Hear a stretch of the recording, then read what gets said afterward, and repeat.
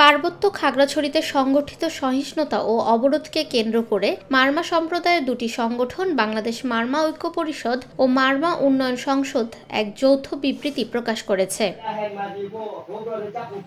বিবৃতিতে তারা উল্লেখ করেছে, গত 23শে সেপ্টেম্বর সিঙ্গিনালা এলাকায় একটি মারমা কিশোরী ধর্ষণের ঘটনা গভীরভাবে মর্মাহত করেছে। তবে এই ঘটনার প্রতিবাদে জম্মু ছাত্র জনতা ব্যানারে ডাকা অবরোধ চলাকালে 26 ও 27 সেপ্টেম্বর সংগঠিত সহিংসতা উদ্বেগজনক।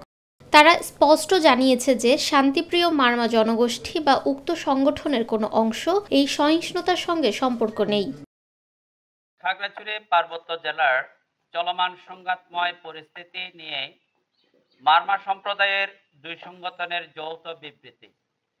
প্রিয় খাগড়াছড়িবাসী ও সর্বস্তরের পাহাড়ি বাঙালি ভাই বোনেরা, গত 23 সেপ্টেম্বর খাগড়াছড়ি জেলার সদরের সিঙ্গিনালা এলাকায় এক মারমা কিশোরীকে ধর্ষণের ঘটনা আমাদের গভীরভাবে মর্মাহত করেছে।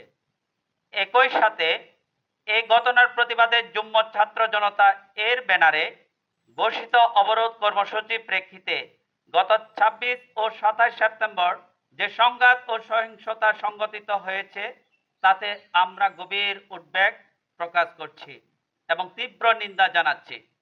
আমরা স্পষ্টভাবে জানাতে চাই, শান্তিপ্রিয় মারমা জনগোষ্ঠী কিংবা আমাদের দুই সংগঠনে মারমা উন্নয়ন সংসদ ও বাংলাদেশ মারমা ঐক্য পরিষদ কোনোভাবে এই সহিংস ঘটনার সঙ্গে জড়িত নয় এবং সাম্প্রদায়িক সংঘাতকে আমরা কোনোভাবেই সমর্থন করি না। মূলত জম্মু ছাত্র জনতা এর ব্যানারে আড়ালে একটি বিশেষ স্বার্থান্বেষী মহল পাহাড়ি জনগণকে ব্যানার ব্যবহার করে পার্বত্য চট্টগ্রামে অস্থিতিশীলতা তৈরি করছে।